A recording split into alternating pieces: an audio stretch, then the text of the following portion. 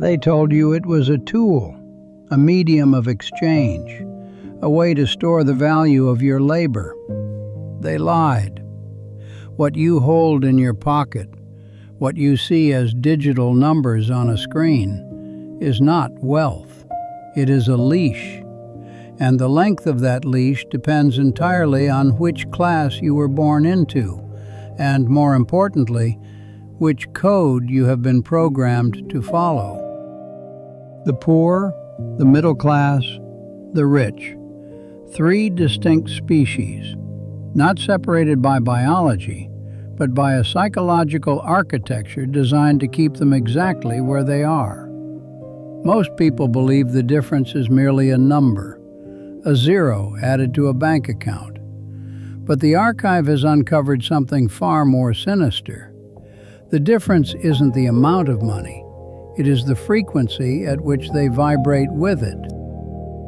Tonight, we dissect the anatomy of your enslavement. We will expose the three distinct methodologies of survival and dominance. We will show you why the poor are kept in a state of perpetual thirst, why the middle class are trapped in a hallucination of safety, and how the rich, the truly rich, are playing a game that predates the printing press. But be warned, once you see the mechanism, you cannot unsee it. The comfort of your ignorance will be gone forever. If you wish to remain asleep, leave now. But if you are ready to dismantle the programming that has kept your lineage in chains for generations, then you must join the archive. Click the subscribe button, strike the bell, signal to the algorithm and to the powers watching that you are no longer a passive observer. Secure your place in the archive before this knowledge is suppressed. Let us begin at the bottom, the foundation upon which the entire pyramid rests, the poor. Society looks at the poor with pity, or sometimes with disdain. They say, if they only worked harder, if they only saved. But this is a deception. The poor are not poor by accident. They are poor by design. The relationship the poor have with money is not economic. It is chemical. When a poor person receives money, a trigger is pulled in the brain, dopamine, relief, but mostly fear. Fear that it will vanish. And because they fear the money will disappear, they ensure that it does. They use money for immediate gratification. But is it their fault? Consider Theory 1, the scarcity trauma. The scarcity mindset, how poverty hijacks the human mind. Scarcity is not just a lack of money, it is a state of mind. When resources become scarce, money, time, food, safety, the brain does something remarkable and dangerous at the same time. It narrows its focus. Everything outside immediate survival fades. Long-term planning collapses. Complex thinking degrades. Decisions become reactive instead of strategic. This psychological state is known as the scarcity mindset, and it quietly governs the lives of millions. Not because they are flawed, but because their environment forces it upon them. Scarcity does not make people lazy, it makes them trapped. Poverty and the temporary loss of intelligence. One of the most uncomfortable truths modern psychology has uncovered is this: poverty temporarily lowers cognitive capacity. Not metaphorically, not emotionally, measurably. Multiple studies in behavioral economics and cognitive psychology have shown that when people are placed under conditions of financial stress, their performance on problem-solving tasks drops dramatically. by the equivalent of 10 to 15 IQ points. This effect is not permanent, it is situational. The same person, removed from scarcity, performs normally again. Why does this happen? Because the brain has limited bandwidth. When money is scarce, the mind is forced to constantly calculate. Can I afford this bill? What happens if I miss rent? Which expense do I delay? What breaks if I pay this now? This mental load is called cognitive tax. Every unpaid bill, overdraft warning, and looming deadline consumes attention.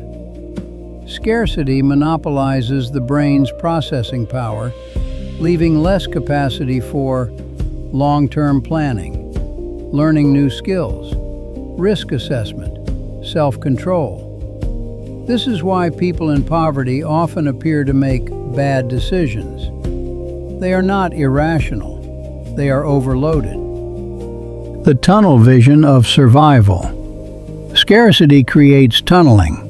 When survival is at stake, the mind locks onto immediate problems. Today's bill, tomorrow's food, this week's rent. Everything else becomes invisible. Health appointments get delayed. Education feels irrelevant. Savings feel impossible. Even when opportunities exist, scarcity makes them harder to see or act upon. Filling out forms, comparing options, or waiting for long-term rewards requires mental bandwidth that scarcity has already consumed. This is why telling people to just budget better or make smarter choices is not only ineffective, it's cruel.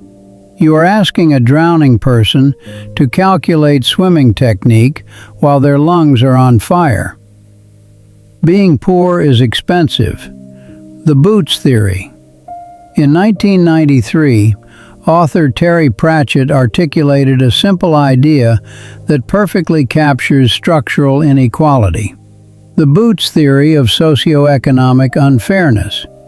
The idea goes like this. A wealthy man can afford a $100 pair of boots that last 10 years. A poor man can only afford $20 boots that fall apart every year. Over 10 years. The wealthy man spends $100. The poor man spends $200. The poor man pays more for worse quality. This pattern repeats across every domain of life. Housing. Poorer tenants pay higher rents for lower quality housing. Moving frequently costs money. Security deposits are lost. Repairs are ignored. Finance. No savings means no buffer. One unexpected expense triggers overdraft fees. Late fees compound. Payday loans appear as solutions. Transportation. Cheap cars break down. Repairs cost more than maintenance would have. Missed work leads to lost income. Scarcity punishes delay, but it also punishes haste. Either way, the poor pay more. Visual. Payday loans as modern sigils. Imagine the visuals. A dark street at night. Neon signs flicker. Payday loans. Cash now, no credit check. They pulse like warning runes, like demonic sigils carved into the modern city. These institutions do not exist to solve problems.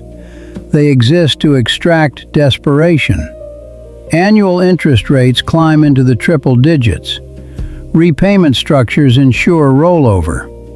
Each extension adds fees. Each delay tightens the noose. They are not financial services. They are scarcity traps. And the cruel irony is this: the more you need them, the less capable you are of escaping them. The myth of personal failure. Society loves a simple narrative. Success is intelligence and discipline. Poverty is laziness and bad choices. Scarcity mindset exposes this myth as dangerously incomplete.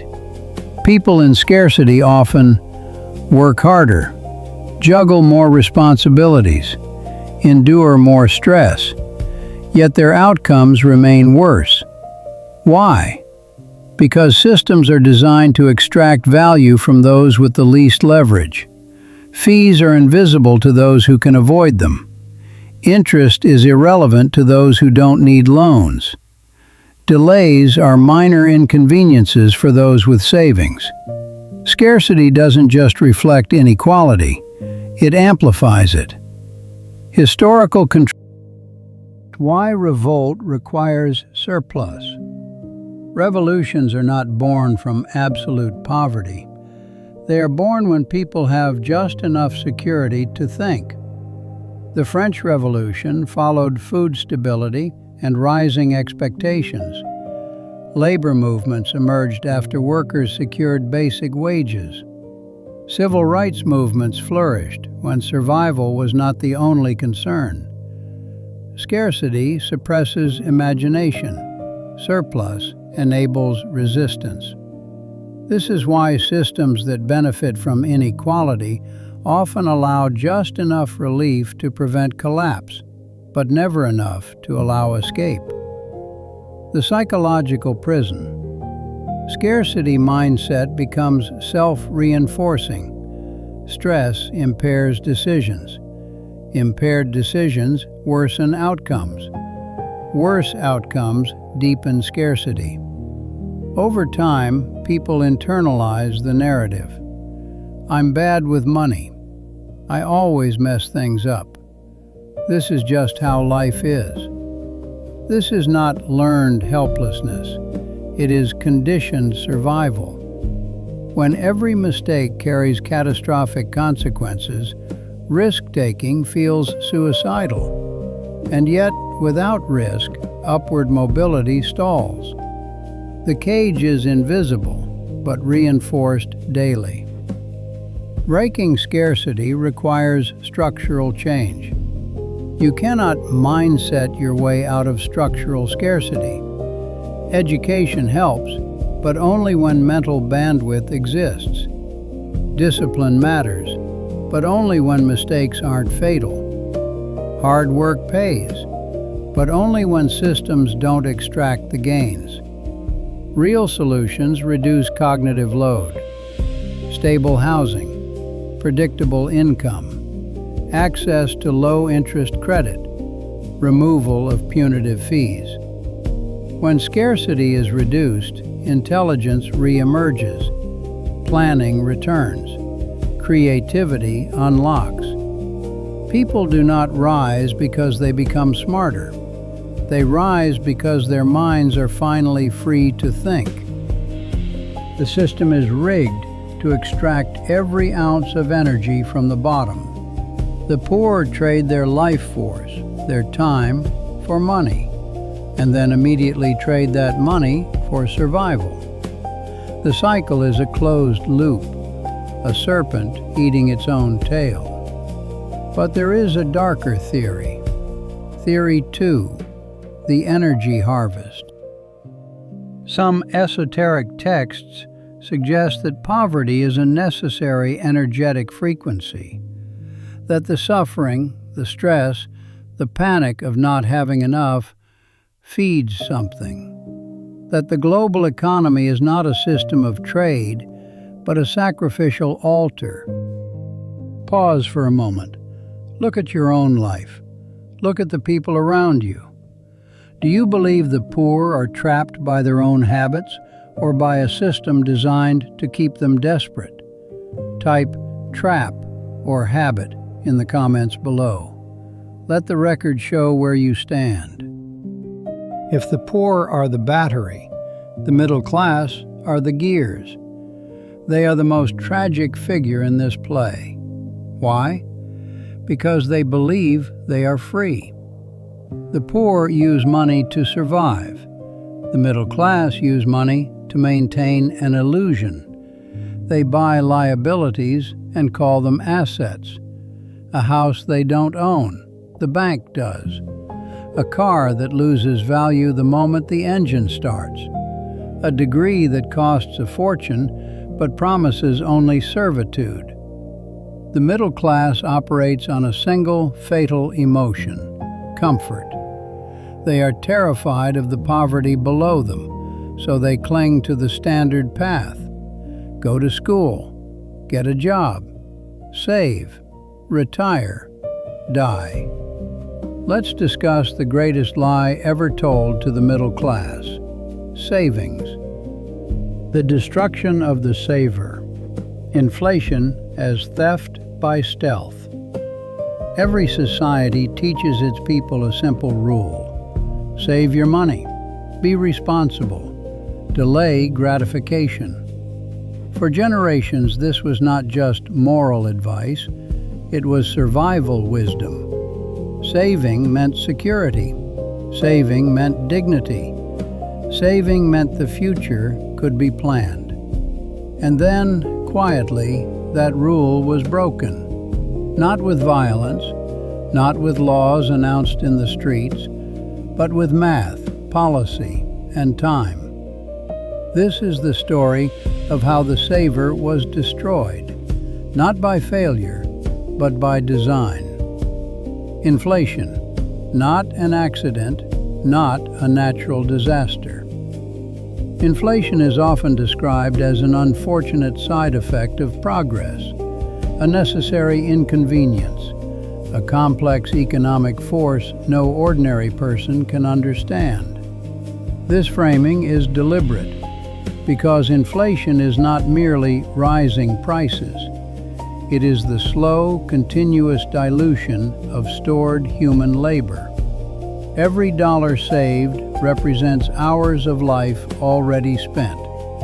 Inflation reduces the value of those hours without consent, without a vote, without a receipt. That is why inflation is best understood not as economics, but as theft by stealth. A thief who robs you at gunpoint creates outrage. A thief who removes 2 to 3% from you every year is called policy. The invisible confiscation. When money loses purchasing power, nothing appears to happen. Your bank balance looks the same. Your savings account still shows the same number. Your paycheck arrives on time. And yet, something has been taken. Every second you hold fiat currency, its future buying power is quietly reduced. Not because you spent it, not because you wasted it, but because the system expanded the supply while you stood still. This is confiscation without confrontation. No announcement, no villain, no accountability, just erosion. Visual. A clock eating money. Imagine a clock face. Each second that ticks forward causes the numbers on your savings account to fade, just slightly, barely noticeable, but relentless. You are not losing money suddenly. You are losing time already worked. Inflation doesn't steal your paycheck. It steals your past. 1971, the moment the anchor was cut. To understand how this became possible, we must return to a single moment in history. 1971. The United States officially decoupled its currency from gold. This was not marketed as a revolution. It was framed as a temporary measure, a technical adjustment, something only economists needed to care about. But this was the moment money stopped being restrained by something real. Before 1971, currency was tethered, indirectly, imperfectly, but meaningfully, to a finite anchor. After 1971, money became pure abstraction. From that moment on, currency supply could expand without physical limits. Debt could grow faster than productivity. Savers bore the cost of every rescue, every bailout, every excess. Gold had been a leash. Fiat removed it. What followed was not chaos, but something far more dangerous: controlled decay. Why savers became the target. In a fiat system, the saver is a problem. Savings represent stored value that is not circulating. From the perspective of policymakers, idle money is inefficient. It doesn't stimulate. It doesn't grow GDP. It doesn't fuel expansion. So the system does what it must. It punishes those who wait. Interest rates fall below inflation. Cash yields decay. Assets inflate faster than wages.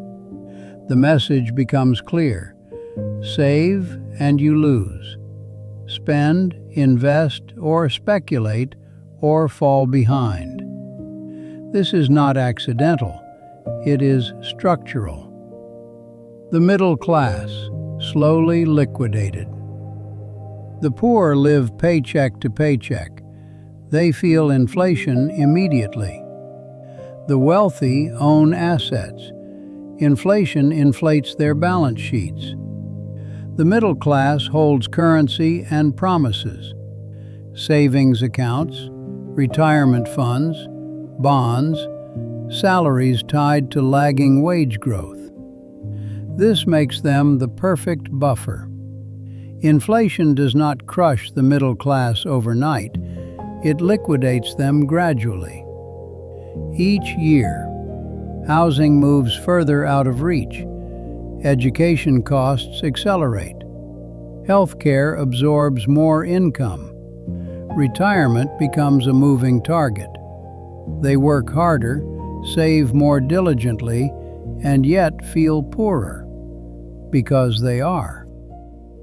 Visual: a ladder with moving rungs. Imagine a ladder where each rung rises slightly every year. The climber never stops ascending, but never reaches the top. That is the middle class under inflation. Effort without arrival. Rome didn't fall overnight either. This strategy is ancient. In the Roman Empire, rulers faced a familiar problem: funding military expansion without provoking revolt. Their solution was elegant and fatal. They began clipping coins. Silver content was reduced incrementally. Coins looked the same. Denominations remained unchanged. But over time, the currency hollowed out. Prices rose. Trust collapsed. Trade deteriorated. Rome did not fall because of barbarian invasions alone. It fell because its money lied. The empire consumed its own credibility. Inflation didn't destroy Rome quickly. It destroyed it quietly. Visual: coins turning to dust. Show a silver denarius slowly eroding, flakes falling away until only a thin shell remains. That shell is fiat currency without discipline. The rat race is not a metaphor. We are told the rat race is a mindset problem, a personal choice, an inability to slow down. This is false. The rat race is not a metaphor.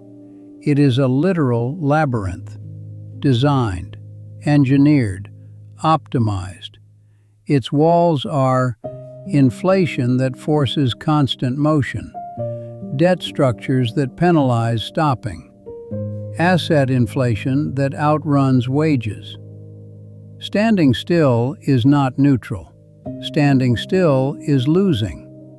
So people run. They chase raises that barely keep pace. They take on debt to bridge gaps inflation created. They speculate, not out of greed, but necessity. The maze has no exit marked enough. Architects of perpetual motion. Every system has designers. Modern financial architecture rewards leverage over saving, speed over patience, consumption over restraint. Why? Because debt expands faster than productivity, because consumption hides decay, because growth metrics ignore distribution. A saver who opts out threatens this illusion, so the system ensures they pay. Inflation as time theft. If inflation were visible, it would be rejected.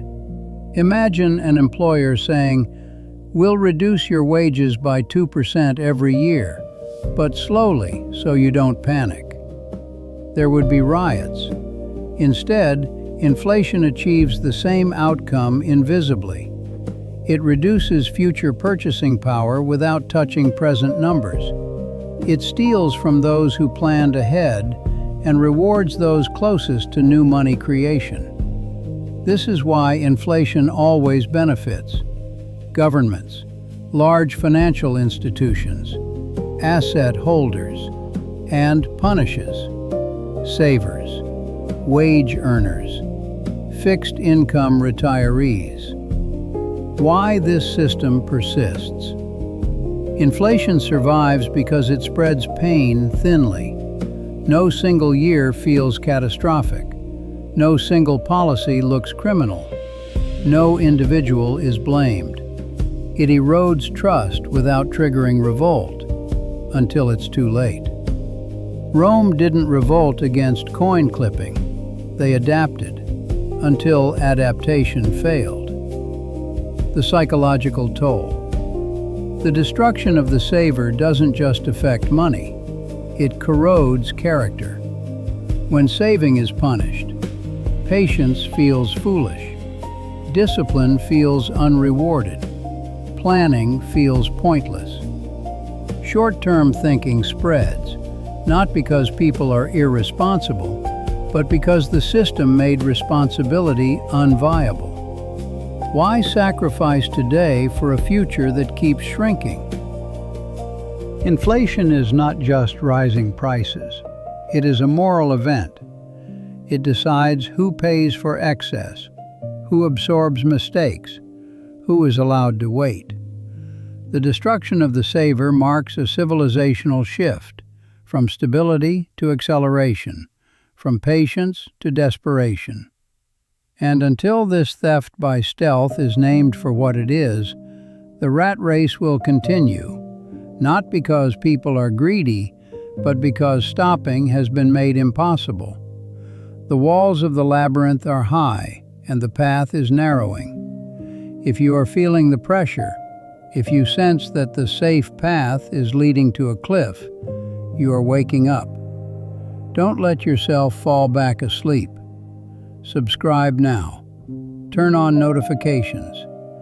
We are providing the map out of the maze, but you must be listening to receive it. The middle class is the buffer zone. They are given just enough to have something to lose, and that fear of loss makes them the most obedient servants of all. They don't need chains, they have mortgages. And then there are the rich. And I do not mean the doctor with the BMW. I do not mean the celebrity with the mansion. Those are merely high-level employees of the system. I am speaking of the owners, the architects, the dynasties. How do they use money? They don't. They transmute it. To the rich, money is not a thing to be spent or saved. It is a current. Look at the word, currency. It implies flow. It implies energy.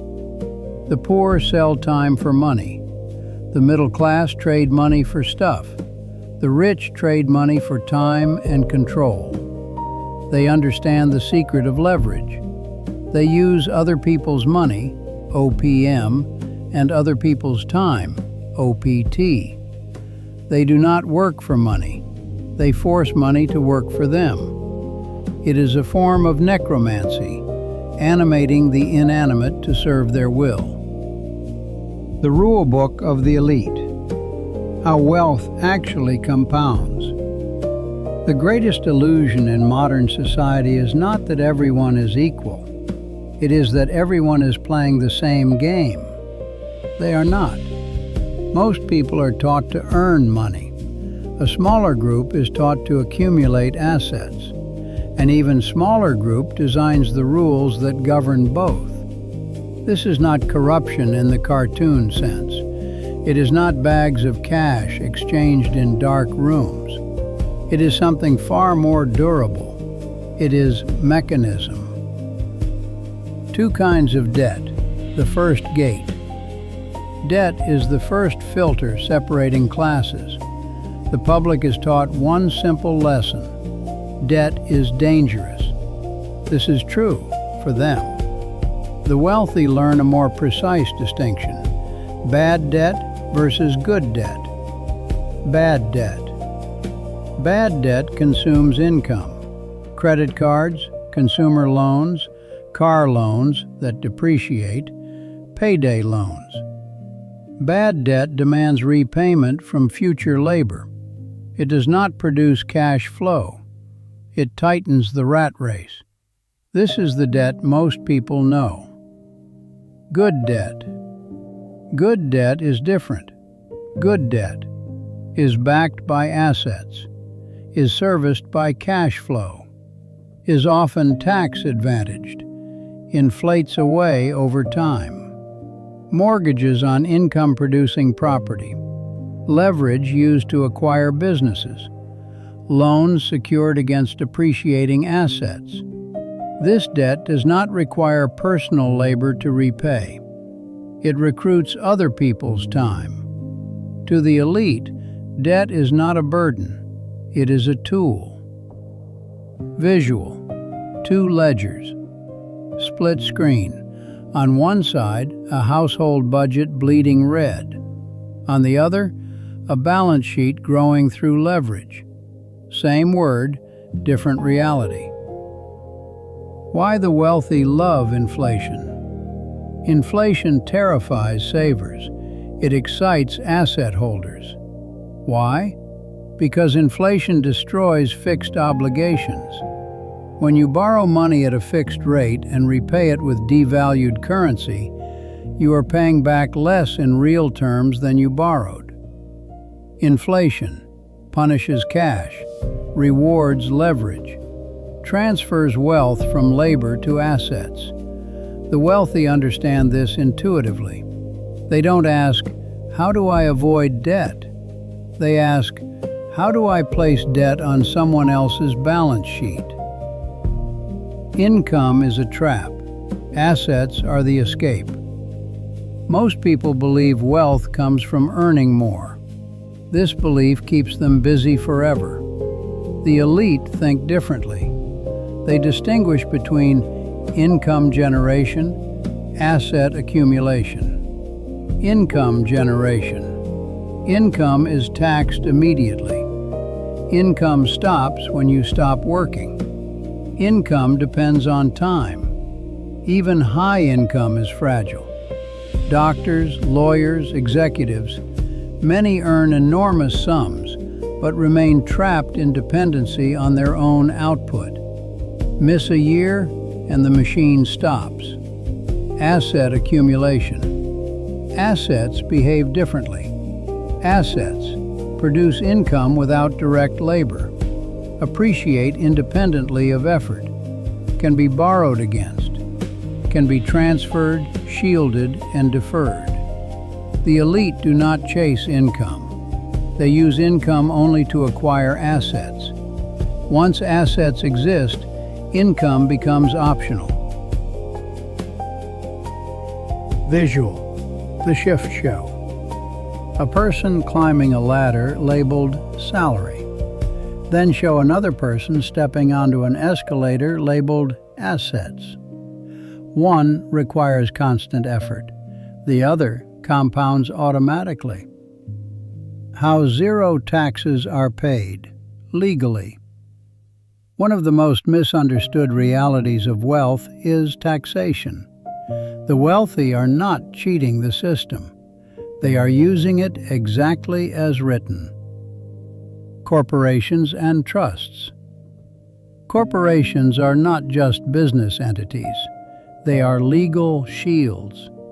When income flows through a corporation, expenses are deducted before tax. Depreciation reduces taxable profit. Timing of income can be controlled. Trusts add another layer. They separate ownership, control, beneficial use.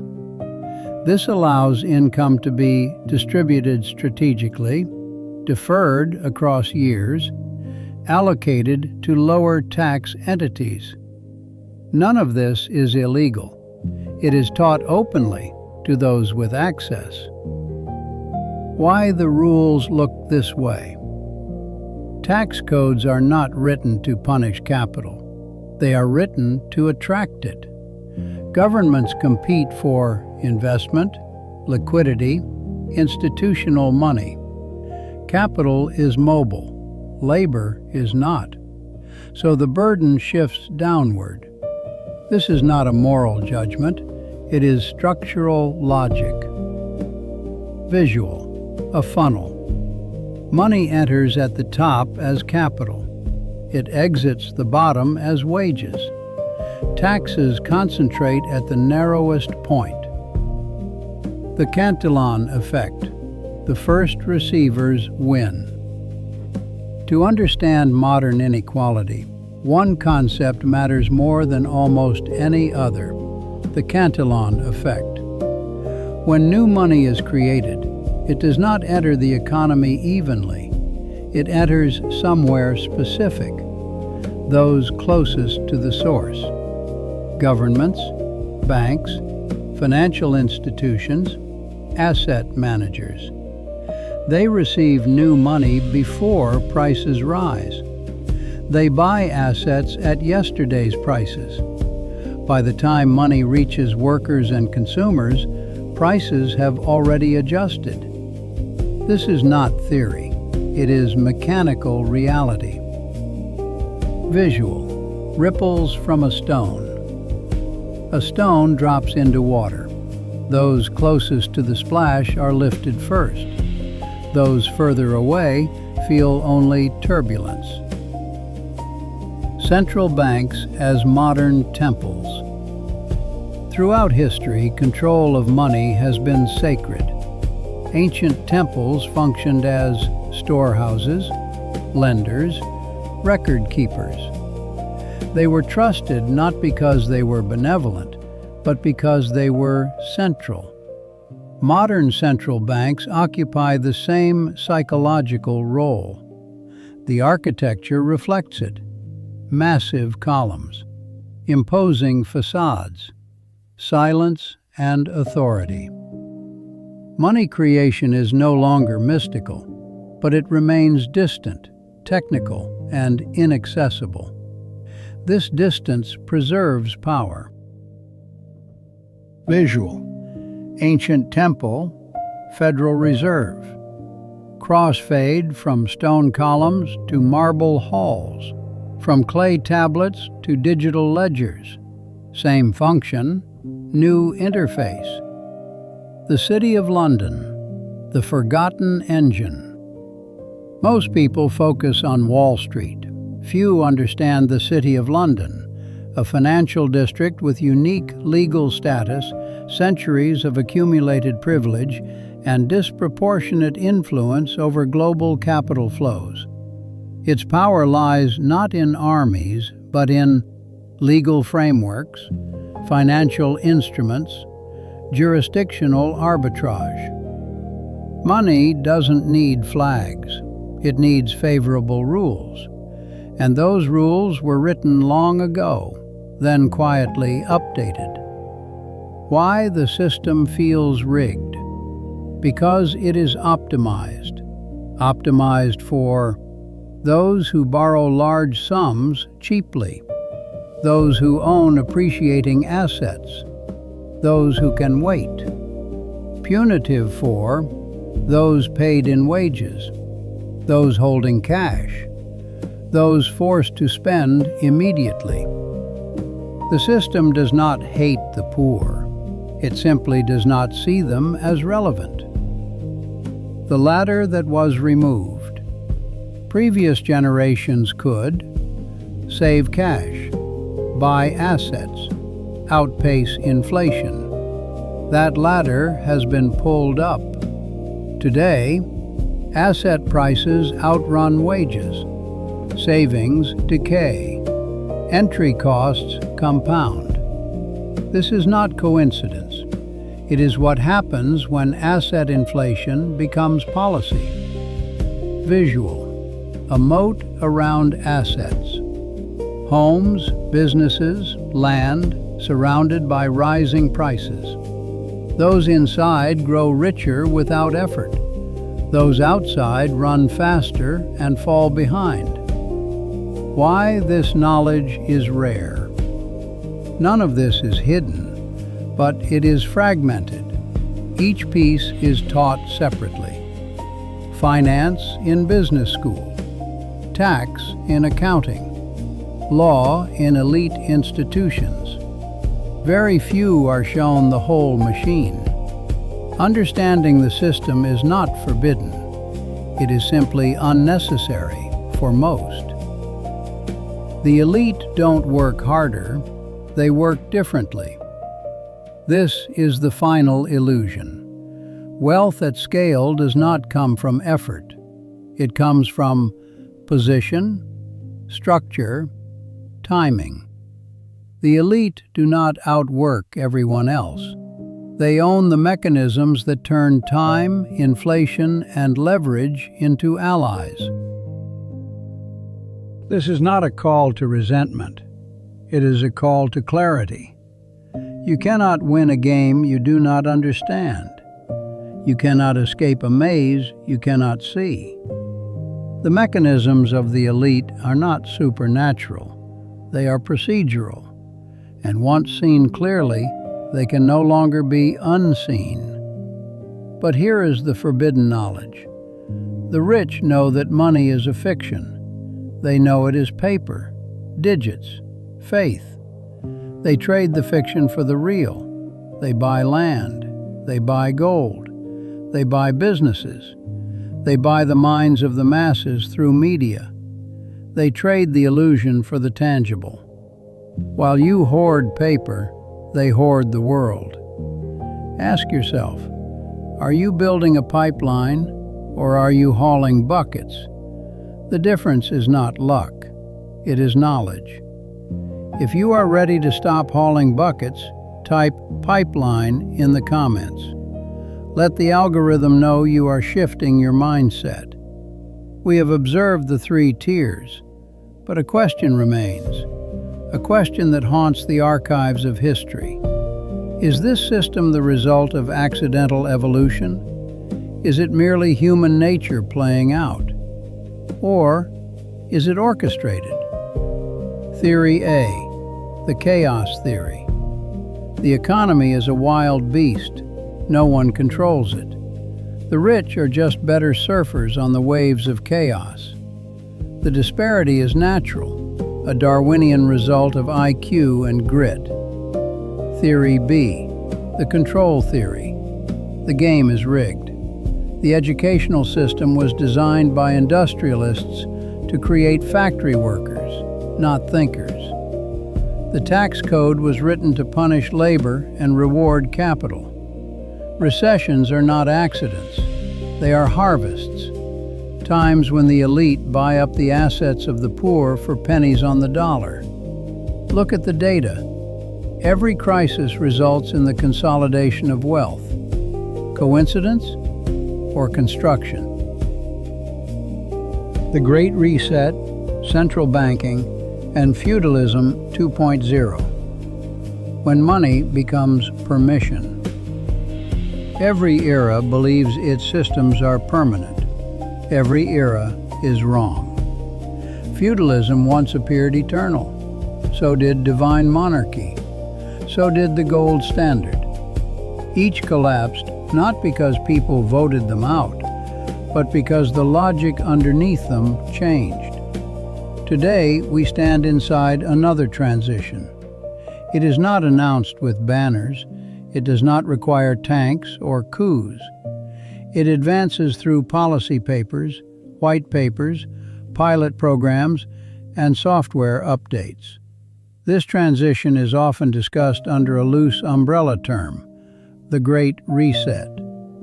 Strip away the slogans, and what remains is something far older and far more consequential. It is a transformation in the nature of money itself. What the Great Reset actually refers to. The phrase Great Reset did not originate as a conspiracy term. It emerged from institutional discussions following the 2008 financial crisis and later gained prominence after the COVID-19 shock. At its core, the idea is simple. Existing economic systems are strained by debt, inequality, and technological change, and must be restructured. That restructuring includes new forms of money, new relationships between citizens and the state, new definitions of ownership, access, and participation.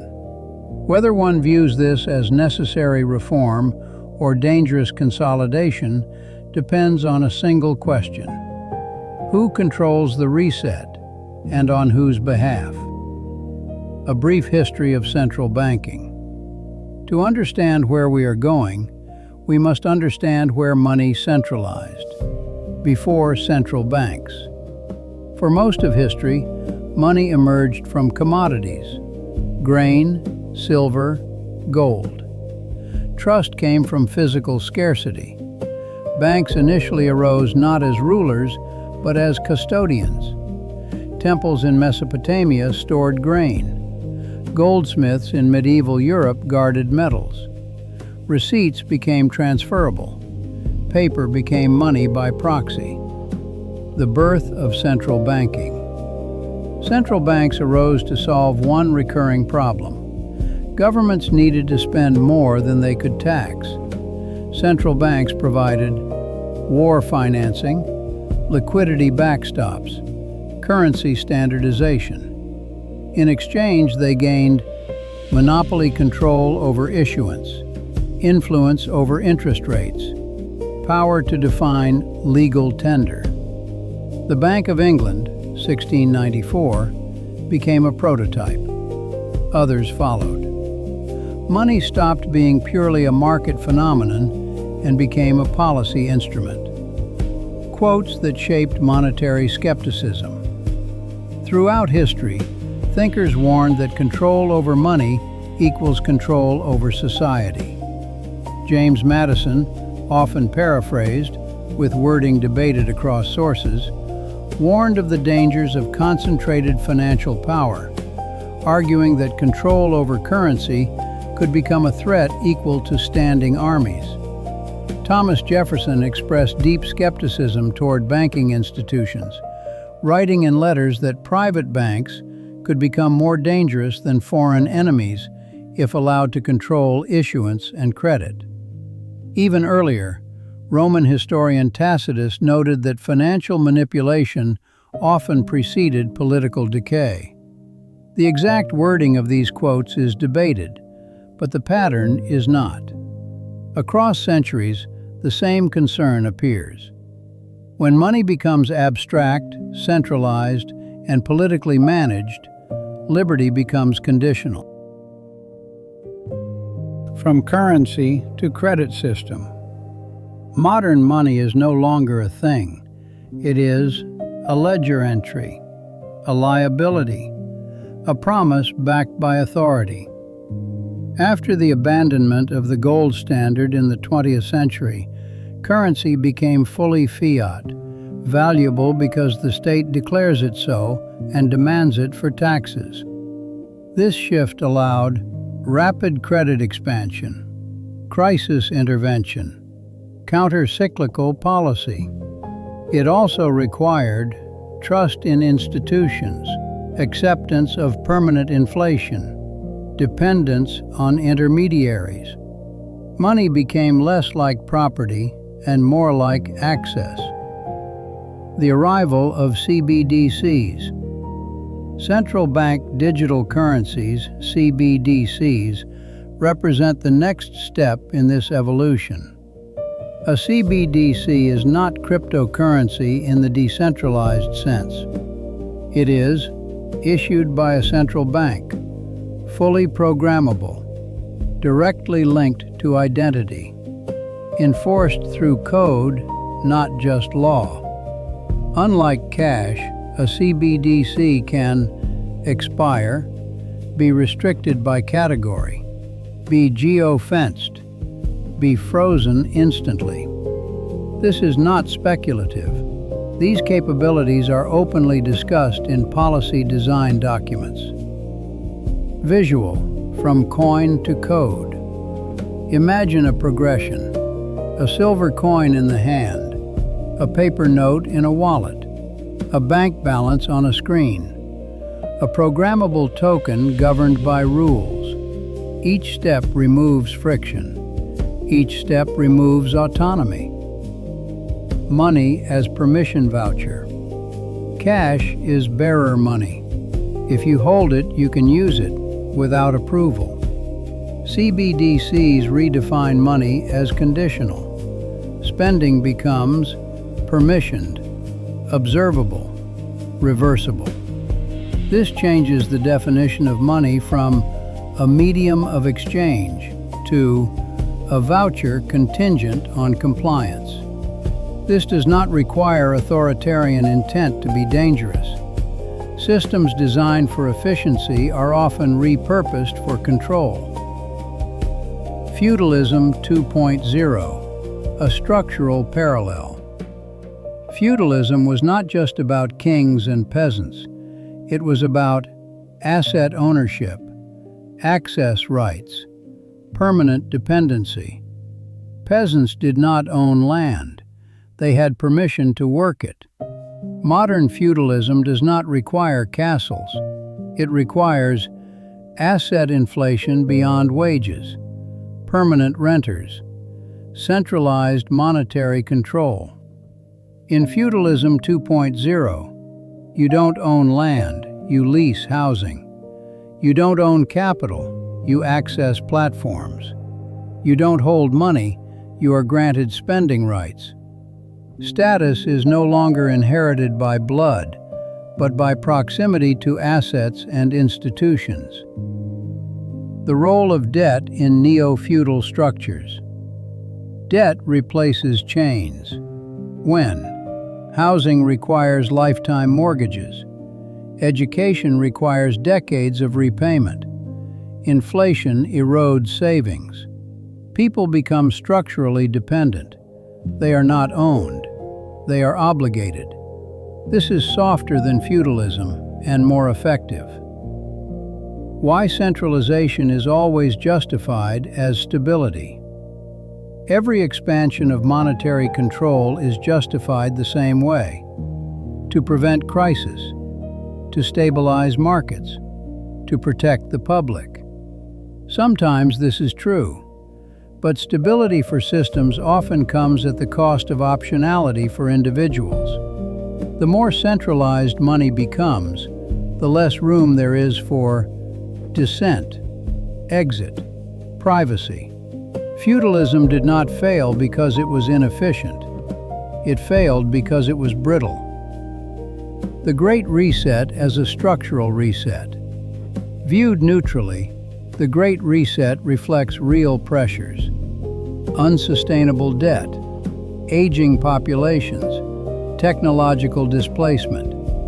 The question is not whether systems will change. They will. The question is whether power diffuses or consolidates. CBDCs are not inherently evil, but they are powerful. And power concentrates unless deliberately restrained. Visual. Two futures. One path. Digital money with privacy protections. Distributed ownership. competitive currencies. Another, centralized ledgers, behavioral controls, access tied to compliance. Both are technically possible. Only one preserves money as a neutral tool. The psychological shift. When money becomes permission, risk becomes obedience, savings become conditional, autonomy becomes temporary. People adapt quietly. Just as peasants once accepted feudal order as the way things are, modern citizens may accept financial surveillance as normal because it arrives incrementally. History does not repeat. It rhymes. Central banking did not emerge from malice. CBDCs are not born of conspiracy. But systems drift toward control unless checked by principle. The danger is not a single reset. It is a gradual forgetting that money was once meant to serve people, not manage them. We stand at a precipice. The rules of money are changing again. The poor are being pushed into dependency. The middle class is being liquidated via inflation. And the rich are building arcs. They know something is coming. The fiat experiment is reaching its mathematical end. The question is not, how do I get rich? The question is, how do I survive the transition? You now possess the lens. You see the matrix of money for what it is. The poor seek money. The middle class save money. The rich invent money. Which path will you choose before the gate closes? This is only the beginning of the dossier. We have uncovered ancient methods of wealth preservation that have been hidden for centuries. We are preparing to release the files on the Babylonian money magic and the Antarctic gold reserves. But we can only share them with those who are tethered to the archive. If you are still here, you are part of the resistance. Subscribe. Like this video to spread the signal. And finally, I leave you with this question. If money became worthless tomorrow, what would you have left to trade? Your skills? Your land? Or nothing? Tell us in the comments. The most insightful answers will be pinned.